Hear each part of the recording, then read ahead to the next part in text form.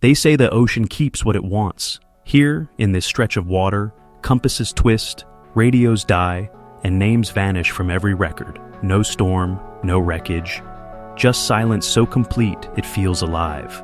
This is the Bermuda Triangle, and once you start looking too deep, it starts looking back. Level 1, Surface Lore. Flight 19. December 5th, 1945. 5 TBM Avenger torpedo bombers. Flight 19 lifted off from Naval Air Station Fort Lauderdale for a routine navigation bombing drill. Their leader, Lieutenant Charles C. Taylor, soon reported landmarks, "Don't look right." Then the line that forged the myth, "Both my compasses are out." Weather thickened, daylight ebbed, fuel ran low. Radio fixes hinted the group was drifting east, yet conflicting calls kept them searching for a coastline that never came. By 7 p.m., voices faded into static. No mayday, no splash point, no debris, only the Gulf Stream to erase clues. A PBM mariner sent to search also disappeared, likely in a mid-air explosion, deepening the riddle. The Navy cited navigation error and weather, later softening phrasing, but the missing wrecks kept the case unresolved. Flight 19 endures as the Triangle's template. Trained crews, sound aircraft, and a sky that stopped matching the map. USS Cyclops. March 1918, USS Cyclops vanished with 309 people, America's largest non-combat loss at sea. She sailed from Brazil with 10,800 tons of dense manganese ore, limped into Barbados on one engine, then departed for Baltimore on March 4th, and was never heard from again. No SOS, no oil slick, no wreckage. Wartime rumors blamed a U-boat, but German records and later reviews found no match. Weather reports noted squalls, yet nothing certain enough to explain total erasure. Investigators circled 3 red flags: extreme cargo weight that can liquefy and shift, possible structural fatigue in a long, lightly compartmented hull, and leadership concerns under Captain George Worley, a stern German-born officer. A sudden list, a breaking sea, and/or turning to slurry could have rolled her in minutes too fast for radio. The Navy Board left the verdict that still stands: cause unknown. Eerily, 2 sister ships, Proteus and Nereus, also vanished in 1941 while hauling heavy ore. With no debris and no last words, Cyclops endures as the archetype of a ship erased mid-voyage. SS Marine Sulfur Queen. February 1963, the SS Marine Sulfur Queen, Teats 2 tanker rebuilt to carry molten sulfur, entered the Florida Straits and disappeared with 39 men. No distress call, no radar trail. Days later, searchers found only traces near the Keys, a splintered nameboard, life belts, scattered planking. The cargo was about 15,000 tons of sulfur, kept near 135 degrees Celsius, roughly 275 degrees Fahrenheit, inside improvised box-shaped tanks. Inspectors had already logged leaks, choking fumes, and heat-warped steel, while T2 hulls were notorious for brittle fractures and rough seas. 2 leading scenarios emerged: a sudden structural failure that snapped the long, lightly compartmented hull, or a violent gas event, hydrogen sulfide building, and igniting in enclosed spaces. With no wreck to study, the Coast Guard kept the stark verdict: cause unknown. The Marine Sulfur Queen stands as a cautionary emblem, how an aging hull, a volatile cargo, and the wrong sea state can erase a ship so completely that only lifebelts remember it. Star Tiger and Star Ariel. British South American Airways lost 2 Avro Tudors in the same corner of the Atlantic and left almost nothing behind. On January 30, 1948, Star Tiger flew from the Azores to Bermuda at unusually low altitude to dodge fierce headwinds. Radios stayed calm, position reports routine, fuel tighter than planned, and then silence near dawn. No mayday, no oil slick. Less than a year later, January 17, 1949, Star Ariel lifted from Bermuda for Jamaica in fair weather, sent crisp messages, and vanished just as cleanly. Investigators found no wreckage for either flight. Theories circled the same pressure points: Tudor airframe teething issues after the war, fragile long-range radio links that relied on relays, night flying at low level over cool, unstable air, and fuel margins narrowed by wind, fire, structural failure, Even icing were considered, none proved. The files closed with the verdict that haunts the Bermuda Triangle's lore: cause unknown to, airliners, calm radios, trails gone cold. DC-3NC16002, late December 1948. DC-3 tail number NC16002, lifted for the Miami San Juan, run after delays and nagging maintenance notes. Low batteries, a bulky generator, messy compass deviations, a cabin beacon out. Night over warm water is unforgiving. Radio ranges fade, horizons dissolve. The crew kept their reports calm, on course, estimating arrival before dawn. Then the signal thinned like a dimming bulb and slipped away. Weather stayed fair, seas ordinary. No distress call, no oil slick, no raft. Nothing on the beaches of the Bahamas or Puerto Rico.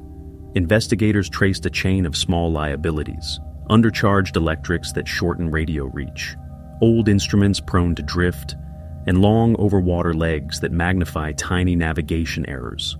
1 degree off for hours can mean land never appears. The board wrote the verdict that still chills: cause unknown. In aviation folklore, NC16002 became a quiet lesson. How routine, at night, can hide the moment when sky and sea swallow a flight whole. The Ellen Austin entered the Sargasso in late 1881 and sighted a trim, fully rigged vessel drifting without a crew. The sea law of the day allowed a prize crew to sail a derelict to port, so the captain placed a hand-picked team aboard and set a convoy course. Fog closed in, squalls tore the horizon, and the stranger slipped from view. When the captain found her again, the ship was seaworthy, supplies untouched, logbook blank. But the prize crew was gone. He tried a second time with fresh sailors. The tale says the escort vanished once more, or reappeared empty a second time, as if the ocean had erased names rather than hulls. Historians note that contemporary papers and Lloyd's registers say little, and details vary wildly, hinting at later embellishment or a mix-up with another derelict. That uncertainty is the hook.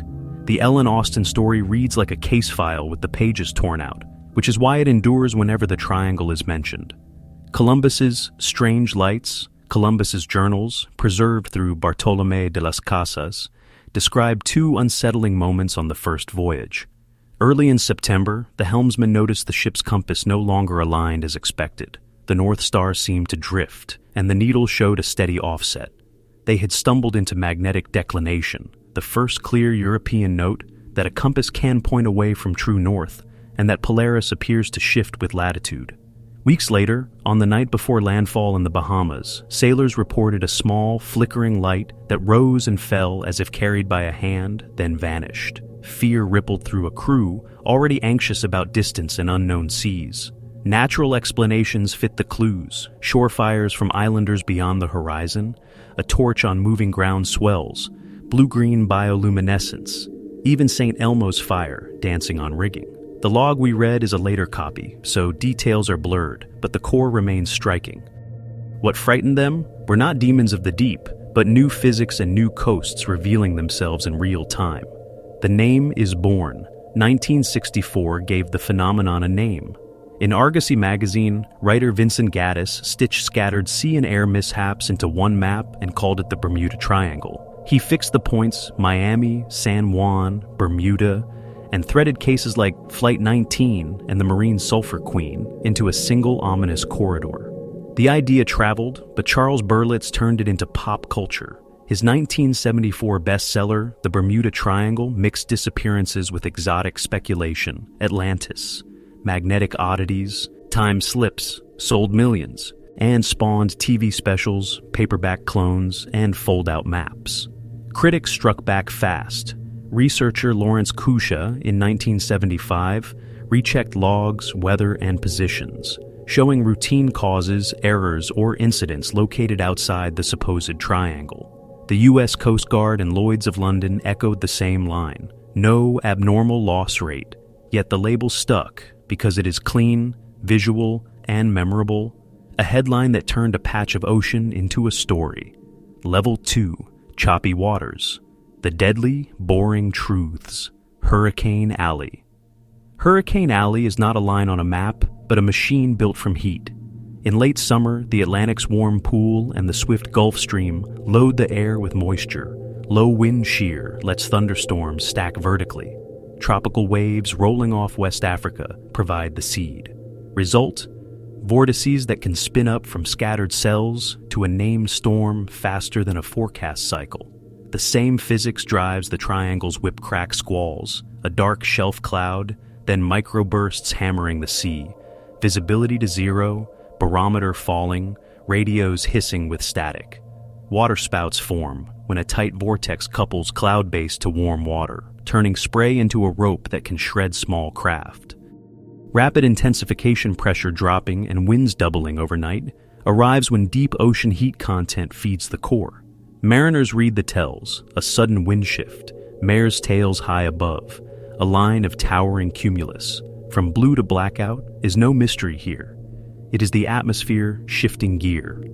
The Gulf Stream. The Gulf Stream is the invisible hand behind many Bermuda Triangle disappearances.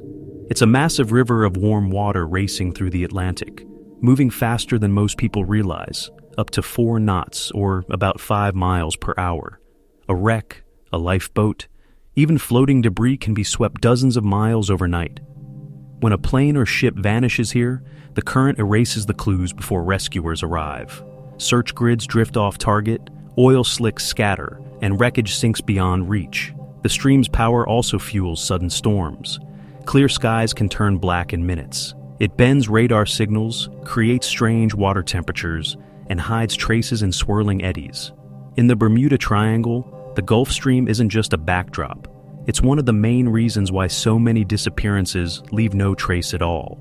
Rogue waves and microbursts. Rogue waves and microbursts are the Bermuda Triangle's most brutal realities. No myths required. A rogue wave can rise from calm seas without warning, born when multiple wave trains collide and their energy stacks into a single towering wall. Some reach over 80 feet, hitting with the force of tons of concrete. Ships have vanished in minutes, their hulls split or decks crushed before a single distress call. Above, the same violence happens in air. Microbursts, sudden downdrafts within storm clouds, slam toward the ocean at speeds over 100 miles per hour. When an aircraft crosses one, it can be forced downward faster than a pilot can react. Often mistaken for instrument failure, radar rarely catches them in time. In the Bermuda region, where tropical heat meets upper-level wind shear, these two forces can strike together, air collapsing, sea rising. To sailors and pilots, that's the perfect trap. An invisible ambush where nature hits from both sides. Reefs and shoals. Beneath the turquoise calm of the Bermuda Triangle lies one of the ocean's most deceptive killers, coral. The region is ringed with shallow banks and knife-edged reefs, some rising from thousands of feet to within a meter of the surface. In clear tropical light, they look harmless, almost invisible beneath the glitter. But to a ship running just 1 mile off course, they're fatal. Before radar and GPS, even small navigation errors could put a vessel onto reefs like the Challenger Bank or the Great Bahama Bank, where coral cuts through steel as if it were paper. Storms make it worse. Breakers hide the danger until it's too late, and wrecks vanish within days, torn apart and buried in sand. The same reefs that lure tourists with blue perfection have swallowed centuries of ships, from wooden sloops to modern freighters. In the Triangle, beauty is camouflage, and the water's clarity hides the sharpest trap on Earth. Compass variation. One of the oldest puzzles of the Bermuda Triangle isn't supernatural at all, it's magnetic. The region sits near a shifting invisible border called the Agonic Line, where magnetic north and true north align. Everywhere else on Earth, navigators correct for variation, the angle between the two. But as this line drifts, sometimes hundreds of miles over decades, sailors who rely on outdated charts can unknowingly steer off course. In the Triangle, where the Agonic Line has passed several times in recorded history, a compass can point correctly, yet still lead a ship dozens of miles astray. Add strong currents and limited visibility, and small angular mistakes turn deadly. Pilots face the same trap.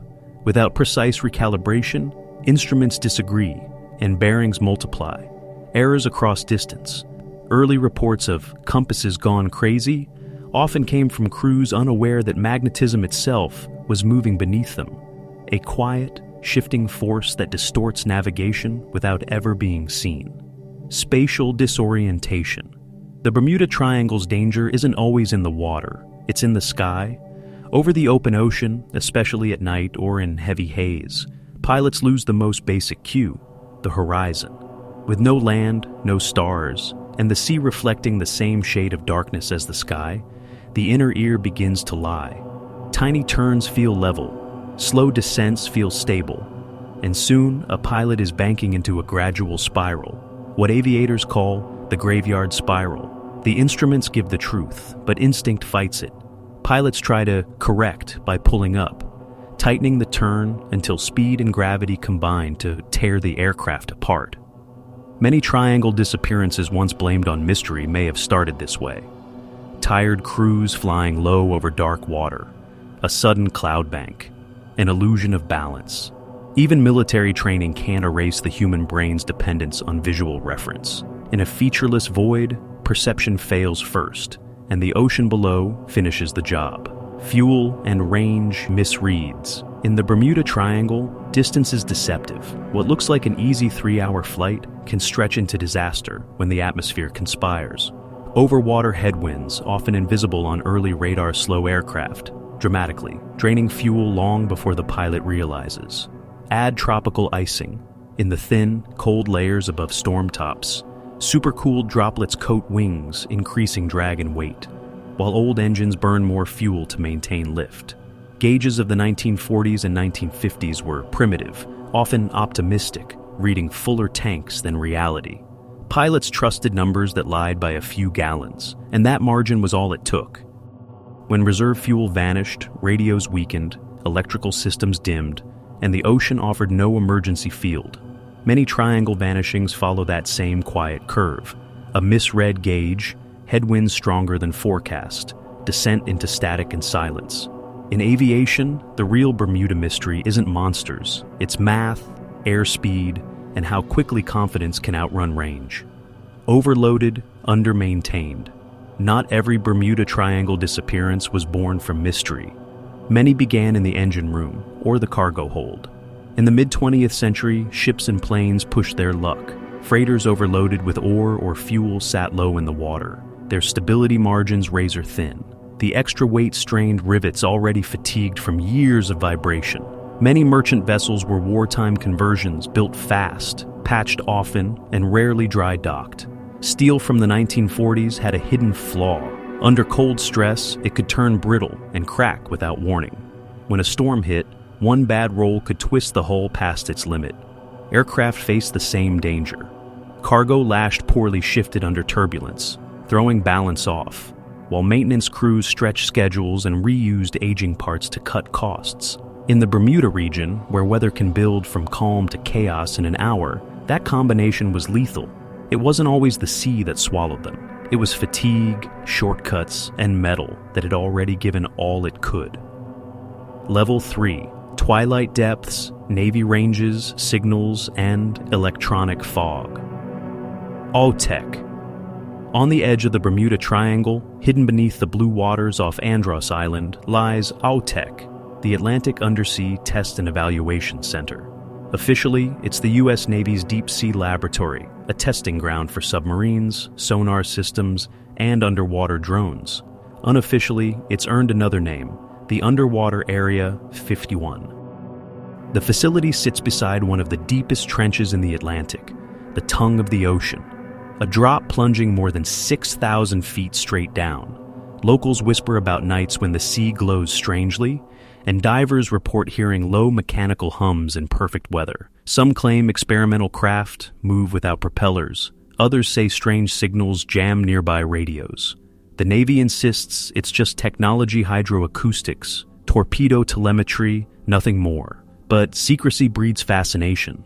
Satellite images show fenced compounds, hidden piers, and cables snaking into deep water. Whether it's classified science or something stranger, AUTEC has become the Triangle's most tangible mystery proof that not all secrets in these waters are myths. Puerto Rico, trench east of Puerto Rico, the ocean floor suddenly collapses into one of Earth's most dramatic chasms. The Puerto Rico Trench. It stretches more than 500 miles and plunges nearly 28,000 feet, the deepest point in the entire Atlantic. Here, two tectonic plates grind together, the North American sliding beneath the Caribbean. The result is a scar where gravity, pressure, and silence rule. Any wreck, plane, or ship that drifts into its steep descent is effectively erased. Currents funnel debris downward, sonar returns vanish in the sheer walls, and radio waves cannot penetrate the layers of dense cold water. Submariners call it the Black Throat, a place where sound dies and even light lasts only seconds. Geological sensors constantly record microquakes and methane seeps, hinting that this abyss still shifts and breathes. For those searching the Bermuda Triangle's missing, the trench is both the perfect hiding place and the final truth. Sometimes the mystery isn't supernatural. It's just very, very deep. Tongue of the ocean. Between Andros Island and Nassau lies one of the strangest stretches of ocean on Earth, the tongue of the ocean. From above it looks calm and ordinary, but beneath that surface, the seafloor drops suddenly from shallow coral shelves to a deep U-shaped trench more than 6,000 feet down.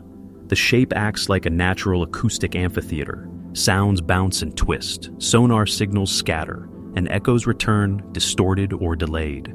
Submarines once used this place to disappear. Sonar pings seem to bend, making vessels appear miles from their true location.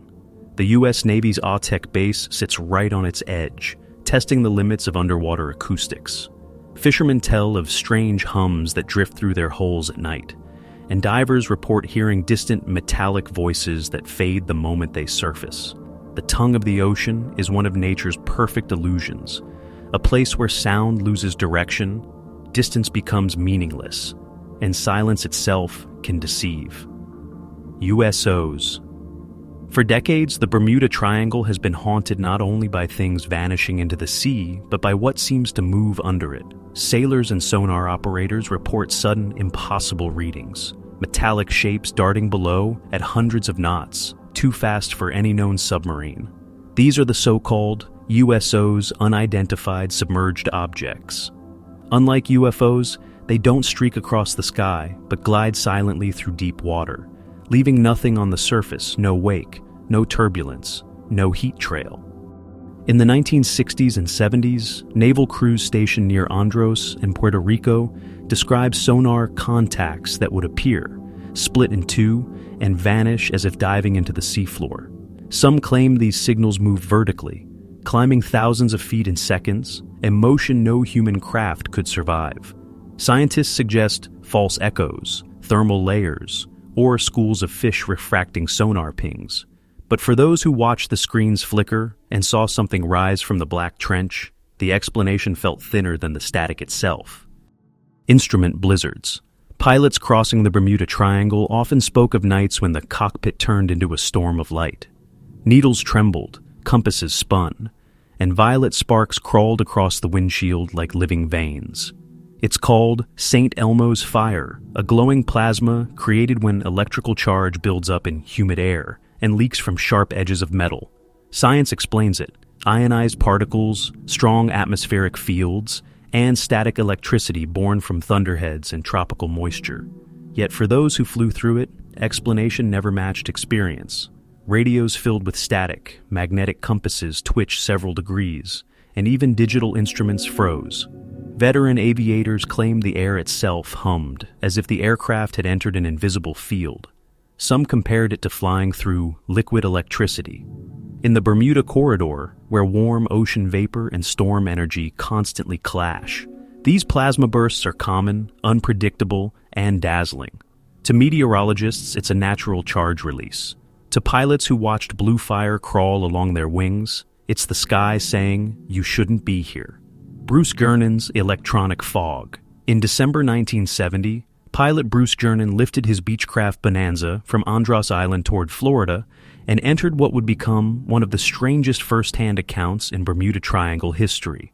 Shortly after takeoff, he saw a lenticular cloud forming ahead, an oval tunnel of swirling gray-green mist. As he flew in, his instruments began to spin, compass erratic, altimeter fluctuating, radios reduced to static. The cloud seemed to close around the plane, glowing with a faint electric light. Jernin later claimed the world outside turned into a green haze, and within minutes the sky abruptly cleared. Only Miami was already beneath him. According to radar and flight time, he had crossed 100 miles in just 3 minutes. Scientists call it impossible. Skeptics blame faulty readings and powerful winds aloft. Yet his description fits a real phenomenon. Electrical fogs charged air masses that can distort magnetism, bend radar signals, and blind perception. Whether it was plasma, illusion, or something stranger, Jernin's electronic fog became the Triangle's most haunting modern myth, Sargasso Gyre. The Sargasso Sea, long linked to the Bermuda Triangle, earned its legend from silence. Early sailors feared it, a vast, windless expanse where ships lay stranded for weeks, surrounded by golden mats of drifting seaweed. They called it the Sea of No Return. In reality, the Sargasso isn't motionless at all. It's the center of a massive gyre, a slow, clockwise whirlpool created by the North Atlantic's 4 great currents. Within this calm-looking loop, water rotates endlessly, trapping whatever floats: seaweed, plankton, logs, and today, millions of pieces of plastic waste. The same currents that once captured ghost ships now collect the debris of the modern world. Its stillness is an illusion. The surface may shimmer like glass, but beneath it moves a silent machine, recycling and concentrating the ocean's cast-offs. For centuries, sailors imagined supernatural forces holding them there. Now we know the truth is both simpler and sadder. The Sargasso doesn't swallow ships anymore. It swallows our garbage. The ferromagnetic whispers. Beneath the turquoise calm of the Bermuda Triangle, the seabed hides an uneven mosaic of magnetism. The Earth's crust here is far from uniform. It's a patchwork of volcanic rock, basalt flows, and ancient iron-rich deposits that retain their own magnetic memory. These ferromagnetic pockets can locally distort Earth's field, tugging at a compass needle just enough to confuse a navigator who expects perfect precision. Early aviators noticed their instruments wandering for no clear reason, and magnetic mystery soon joined the Triangle's legend. Yet modern surveys tell a quieter truth. The anomalies are real, but small, fractions of a degree, not the wild swings once feared. Sensitive aircraft compasses amplify such shifts, especially near the agonic line where true and magnetic north already blur. So, yes, the seabed does whisper in iron and polarity, but the voice is faint. What made it famous wasn't the physics. It was the imagination of pilots who looked down, saw nothing but blue, and watched their needles dance. Level 4, dark water, legends, lost cities, and portals. The Bimini Road. Just off the coast of North Bimini in the Bahamas, under a few meters of clear turquoise water, lies one of the most debated underwater formations in the Atlantic, the Bimini Road. It looks unmistakably human, a straight path of massive, flat limestone blocks, some as long as 15 feet, laid end to end like an ancient causeway. Divers first discovered it in 1968, the same year psychic Edgar Cayce's followers expected the return of Atlantis near Bimini. That coincidence fueled decades of speculation. Was this a lost harbor, a breakwater, or the ruins of a civilization swallowed by the sea? Scientists, however, see something different. The stones are beach rock, natural slabs formed when sand and shell fragments cement together under tropical tides, then fracture in geometric patterns. Over time, erosion shifts and aligns them, mimicking human construction. Still, sonar surveys have found additional terraces deeper offshore, keeping curiosity alive. The Bimini Road may not lead to Atlantis, but it perfectly shows how the ocean blurs the line between geology and archaeology, and how the human mind fills in the gaps with myth. Atlantis beacons. Few Bermuda Triangle legends capture the imagination like the tale of Atlantis beacons. Mysterious crystal towers said to lie buried beneath the seafloor, pulsing with ancient energy. The story traces back to early 20th century mystics and gained fame through Edgar Cayce, the sleeping prophet, who claimed that remnants of Atlantis would rise near Bimini. He spoke of massive crystal devices once used to draw cosmic power from the Earth, their energy beams now allegedly interfering with aircraft instruments and ship compasses. Pilots in the mid-1900s did report strange electromagnetic effects, compasses spinning, radios dying, but science offers less mythical culprits: charged plasma, magnetic anomalies, or electrical discharges from storm fronts. Yet the idea persists because it blends two irresistible forces: technology and mystery.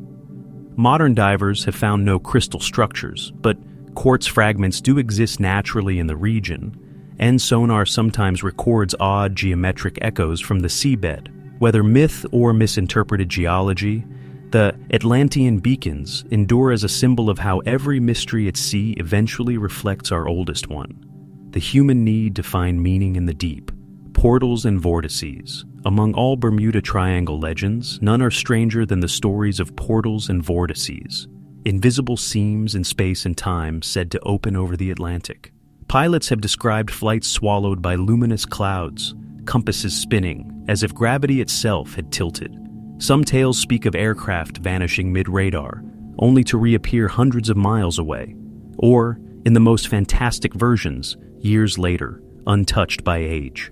The mythology grew from a blend of real anomalies, electrical storms that distort radar, sudden downdrafts, and magnetic fields that can bend radio signals into looping echoes.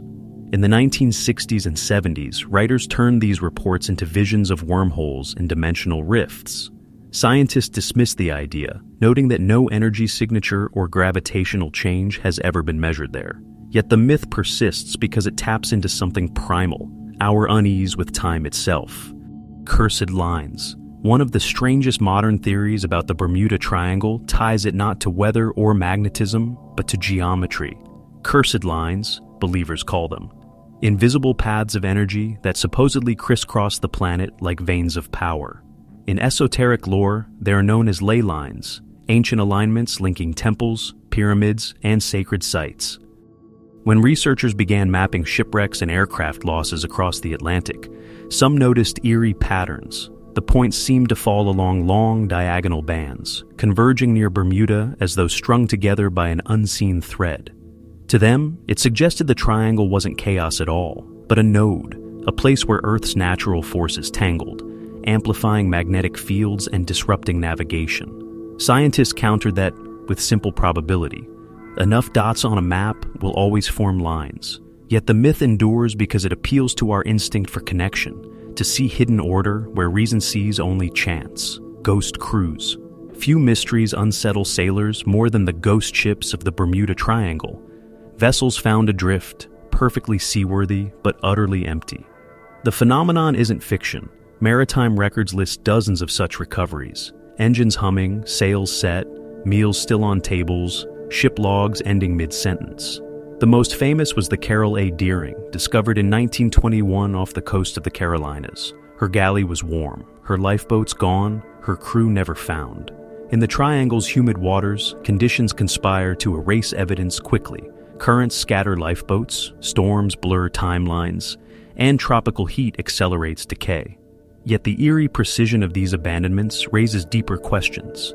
What forces make a crew flee a sound vessel? Is sudden rogue waves, toxic gas leaks, mutiny, even psychological panic have all been proposed. Some point to methane hydrates erupting from the seabed, others to mirages or false horizons tricking exhausted minds. Whatever the cause, the silence left behind, a ship moving on its own through calm water, is haunting proof that in the Bermuda Triangle, the scariest thing isn't what's missing, but what's left behind. Great Isaac's Gray Lady, Great Isaac K, a lonely spit of coral in the Bahamas, guards the northern edge of the Bermuda Triangle. Its lighthouse, built in the mid-1800s, has guided ships for generations and carries one of the eeriest stories in Caribbean maritime lore. Locals say that during violent storms, the tower's foghorn cries not alone, but in duet with a woman's wail, the Gray Lady of Great Isaac. According to legend, she was a mother who lost her child when a shipwreck dashed against the reef, and her spirit still haunts the island, mourning through the squalls.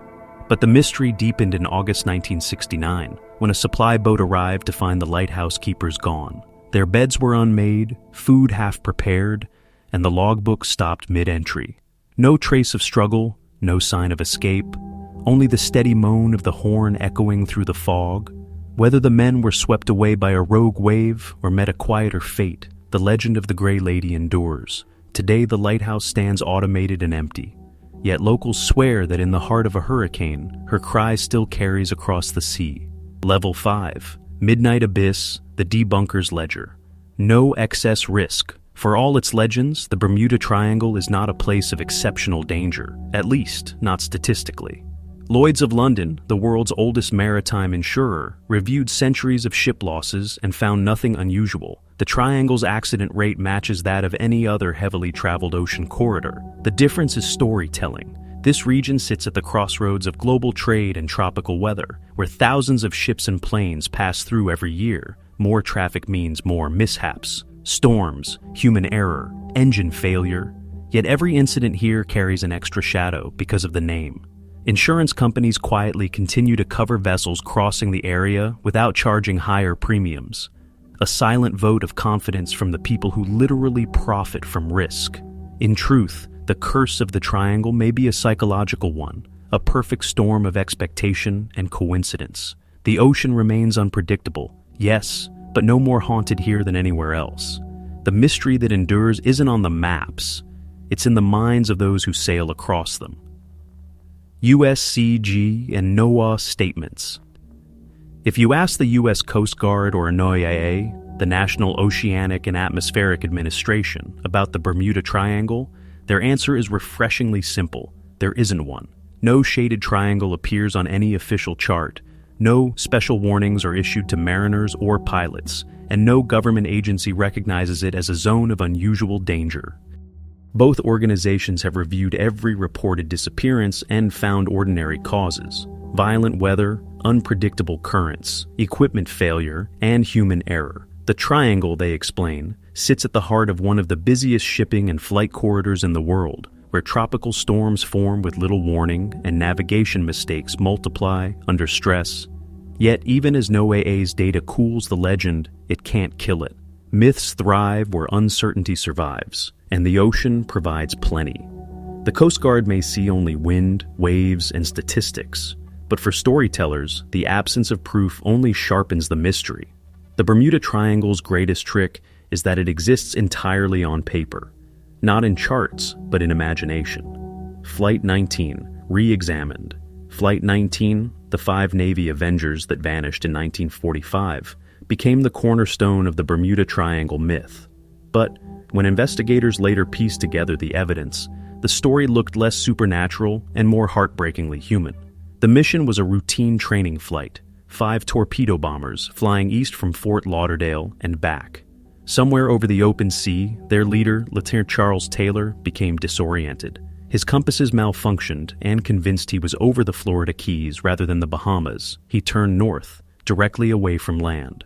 The weather worsened, daylight faded, and radio transmissions grew frantic. "We can't find west. Everything looks wrong." Fuel ran out hours later. The sea that night was rough, and an aircraft ditching in darkness would have sunk almost instantly. When a rescue plane was sent, it too disappeared, later believed to have exploded mid-air. No wreckage was ever found, but the explanation fits perfectly: navigational error, storms, and exhaustion.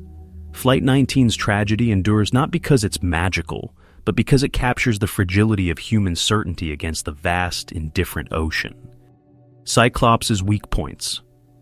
The USS Cyclops, a massive Navy collier lost in 1918 with 309 men aboard, remains one of the most haunting disappearances in the Bermuda Triangle, yet its mystery may rest more on metallurgy than on magic. When she vanished without a distress call somewhere between Barbados and Baltimore, wartime secrecy silenced the details. Later analyses, however, revealed troubling clues. The Cyclops was carrying 10,000 tons of manganese ore, an extremely heavy shifting cargo that stressed her hull to the limit. Her twin sister ships later showed signs of the same structural weakness: steel frames prone to cracking under uneven loads. Some historians believe a sudden storm or a sharp roll could have snapped her spine, sending her down in minutes before a single flare could be fired. Others point to engine trouble and a top-heavy design worsened by overloading. The Navy's investigation was hampered by the war, censorship, and the absence of wreckage.